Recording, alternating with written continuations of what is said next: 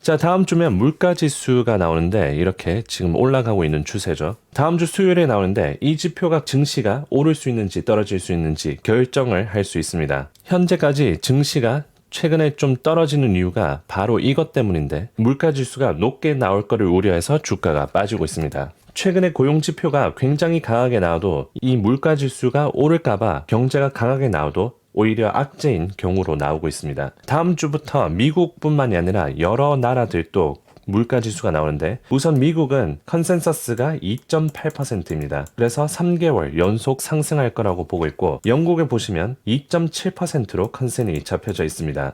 마찬가지로 미국처럼 계속 올라갈 거라고 보고 있고 스페인 물가지수도 보시면 계속 연속으로 오르고 있습니다. 러시아는 컨센서스가 9.7% 잡혀져 있는데 마찬가지로 크게 급등할 거라고 보고 있죠. 사우디아라비아도 이렇게 계속 상승하고 있고 독일도 경기 침체인 상황인데 인플레이션은 계속해서 상승하고 있습니다. 유럽도 9월 이후로 계속해서 상승하고 있고요. 그래서 방금 보여드린 이 물가지수들이 다음 주에 모두 나옵니다. 그리고 미국 주식한 우리로서는 미국 인플레이션율을 가장 지켜봐야 되고요. 물가지수가 현재 컨센서스로 2.8%로 잡혀져 있는데 만약에 이것보다 더 높게 나오면 주가가 하방일 가능성이 높고 만약에 물가지수가 2.8%보다 2.7%나 2.6% 정도로 낮게 나와주면 주가가 상방일 가능성이 높습니다. 이번에 컨센서스가 높게 잡혀져 있는데 왜 그런지 설명을 해드리자면 우선 CPI를 구성하고 있는 이 요소들을 살펴보면 이해가 됩니다. 주택가격을 보면 42%로 가장 구성이 많이 잡혀져 있고 그 다음 에너지 가격을 포함한 이 운송 비용이고요. 17%를 구성하고 있습니다. 그 다음 가장 많은 요소는 음식과 음료이고 14%입니다. 방금 봤던 이 주거 비용이 43%로 가장 큰 비중을 차지하고 임대료, 공과금 및 기타 주거 관련된 비용을 포함합니다. 교통은 차량 구매, 연료, 대중교통 비용을 포함하고 식품 및 음료는 식료품 및 외식 비용을 포함합니다. 최근에 들어서 이 연료 비용이 증가하고 있고 그리고 식료품도 증가하고 있습니다. 이 천연가스 가격을 보면 12월 달에 3.3불 정도였는데 12월 말까지 포함하면 한 3.6불로 되어 있습니다. 거의 10% 정도 상승했고요. 그렇게 되면 주거 비용이 증가했을 수도 있겠죠. 왜냐하면 이 CPI 안에 주거 비용이 포함이 되어 있는데 공과금 비용도 포함하기 때문입니다. 저도 미국에 살고 있는데 이번에 난방비가 좀 높게 나왔습니다. 그리고 오일 가격을 보면 12월에는 약 70불이었는데 이제 12월 말쯤 가서 약 75불 정도까지 올라왔습니다. 계산해보면 거의 7, 8% 정도 오일 가격이 한 달 만에 상승했고요. 오일 가격 상승으로 인해서 CPI 안에 교통 비용이 증가했을 수 있겠죠. 왜냐하면 여기에 연료, 대중교통 비용을 포함하기 때문입니다. 그리고 조류 독감으로 인해서 이 달걀 가격이 급등했습니다. 12월 달에는 약 4불 정도였는데 12월 말쯤에는 거의 6불 가까이 가격이 올랐습니다. 그리고 9월 달이랑 비교하면 9월 달에는 약 2불 정도였는데 지금은 6불까지 올라왔어요. 거의 3배나 올랐습니다. 오늘 요식업에 있는 자영업 하는 분이랑 대화를 해봤는데 계란 가격을 원래 30불에 살 수 있었는데 90불에 판다고 합니다. 심지어 그 90불짜리도 없어서 사기가 어렵다라고도 얘기를 하더라고요. 저도 최근에 코스코에 가봤는데 직접 찍은 사진인데 이렇게 계란이 다 팔리고 없다라는 사인을 붙여놓기도 했습니다. 이러면 이 식료품 및 음료 가격이 올라갈 수 있겠죠. 그래서 방금 소개해드린 이 천연가스 가격, 오일 가격, 그리고 계란 가격, CPI 구성 요소 중 가장 큰 비중을 차지하는 이 세 가지가 전체적으로 좀 올라가는, 크게는 아니지만 이번 CPI 물가지수가 높게 컨센이 잡혀져 있을 수도 있습니다. 그래서 요약을 하자면 이 미국뿐만이 아니라 전 세계적으로 인플레이션이 올라가고 있는 상황이고 만약에 다음 주에 나오는 물가지수가 낮게 나와주면 주가가 상방 갈 가능성이 높고 다만 컨센대로 높게 나온다면 주가가 좀 하방일 가능성이 높습니다. 자, 이제 미국 증시 차트를 한번 볼게요. 나스닥이 좀 하방 추세죠. 현재 고점에서 약 6% 정도 떨어진 상태입니다. 그리고 이 상방 추세에서 좀 벗어난 것을 확인해 볼 수 있고 지난주에 이 500불 지지선을 지켜주긴 했지만 이렇게 좀 하방 추세에 있다고 볼 수 있겠습니다. 그래서 물가지수가 낮게 나오면 이 하방 추세에서 벗어나서 이제 다시 상방 추세로 갈 수 있고, 만약에 물가지수가 높게 나온다면 이렇게 계속 하방 추세로 이어갈 가능성이 높을 것으로 보입니다. 그리고 테슬라를 한번 보면 마찬가지로 이 상방 추세에서 살짝 내려와 있죠. 테슬라는 이 가격에 오면 이제 사기 괜찮은 가격입니다.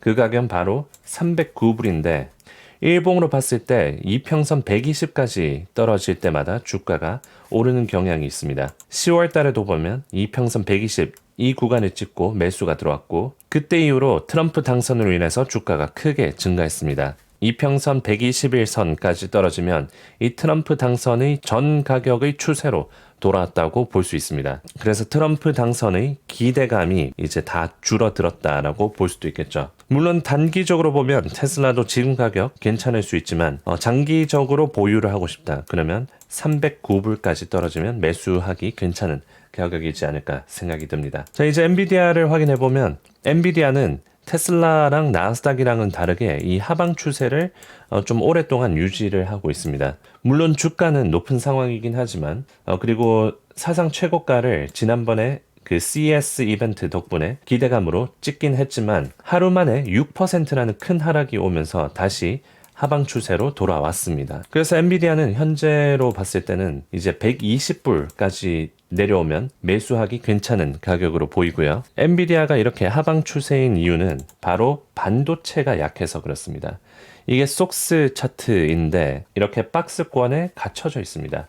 지난번에 231불 저항선을 돌파 시도했는데 여기서 맞고 아쉽게 떨어졌죠. 그래서 여전히 이 박스권에 갇혀져 있는 상황이라고 보실 수 있습니다. 그래서 지금 속스가 가는 가격이 이제 212불 이 지선을 테스팅하고 다시 이쪽 박스권 상단까지 또 시도해 볼 수 있겠죠. 다만 만약에 물가지수가 높게 나온다면 이렇게 여기서 더 하락하는 계기가 될 수도 있습니다. 그래도 엔비디아 이 반도체 섹터에 비해서 잘 버텨내고 있는 상황이고요. 주봉 차트로 전체적으로 봤을 때는 계속 우상향하고 있습니다. 주봉으로 봤을 때 이평선 20을 찍을 때마다 이렇게 올랐죠. 이평선 20 찍고 오르고 8월 달이랑 9월 달에는 이때는 일본 엔캐리 청산 이슈도 있고 미국 경제가 안 좋으면서 이렇게 확 떨어졌는데 연준이 50bp 금리 인하하고 난 뒤로부터 주가 크게 또 올랐죠. 이평선 20 찍고 12월 달에도 회복을 했습니다. 여기서 조금만 더 내려가면 이평선 20을 찍고 매수가 나올 거를 기대해봐도 괜찮겠죠. 다만 여기서 120불까지 가면 경제 상황이 괜찮다라는 걸 가정하면 120불 가격이 매력적일 수 있습니다. 그러면 이제 8월 달 이 엔캐리 청산 나왔을 때의 그 위치만큼 떨어지게 되는 거거든요. 자, 그리고 아이온큐를 이제 보면 급등주이자 테마주였죠. 양자 테마주였는데 이게 상방 추세로 가고 있다가 CES 이벤트에서 젠슨 황의 한마디가 트리거가 돼서 주가가 이 상방 추세에서 확 벗어났습니다. 그런데 단기적 반등은 기대해 볼 수도 있을 것 같습니다. 왜냐하면 데드캣 바운스라고 주가가 크게 하락하면 단기간 뛰는 저가 매수가 들어오는 상황이 나올 수 있거든요. 그래서 만약에 긍정적으로 생각한다면 이제 여기서 매수가 이제 조금씩 꼬리를 달고 매수가 들어온 걸 확인해 볼 수 있습니다. 여기 꼬리를 달고 올라오고 있죠. 그러면서 이제 차차 올라오면 이제 안정적인 상승이라고 볼 수 있겠지만 하루 만에 막 10% 오르고 20% 오르고 그러면서 급등해서 오르면 여기서 나갈 기회가 될 수 있습니다. 급등하면 이제 데드캣 바운스로 볼 수도 있거든요. 그러면서 다시 이 상방을 찍기 어려워질 수 있습니다. 그러면서 여기 다시 상방을 오기가 어려워질 수 있습니다. 그런데 이건 워낙 테마주고 이 한국인 투자자분들이 매도를 안 하고 잘 지켜주고 있는 그런 상황이라서 오히려 매수 기회가 될 수 있다라고도 생각이 들고요.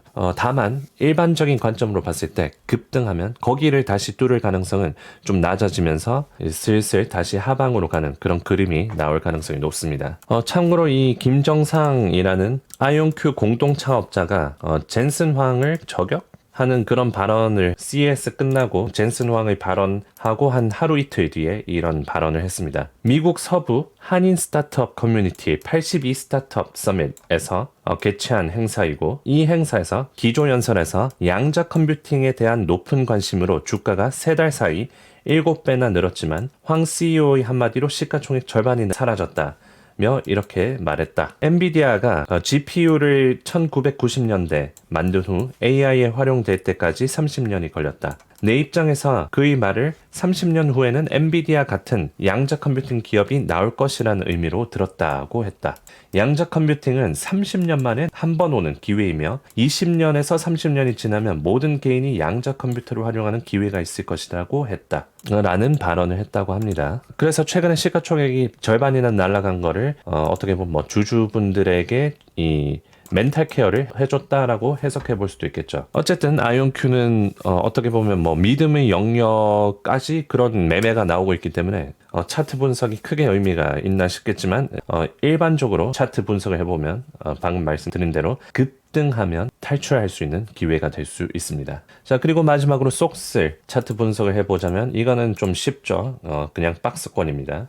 그래서 27불을 지켜주는지 아니면 다시 35불로 올라가는지 확인을 해봐야 되고, 이거는 이제 거실 경제 그리고 최근에 계속되는 반도체 AI 규제 때문에 주가가 좀 어려운 상황이고, 만약 규제에 관해서 좀 호재가 나오거나 이 CPI 물가 지수가 낮게 나온다면 다시 이 박스권의 상단까지 시도해 볼 수 있지 않을까 생각이 듭니다.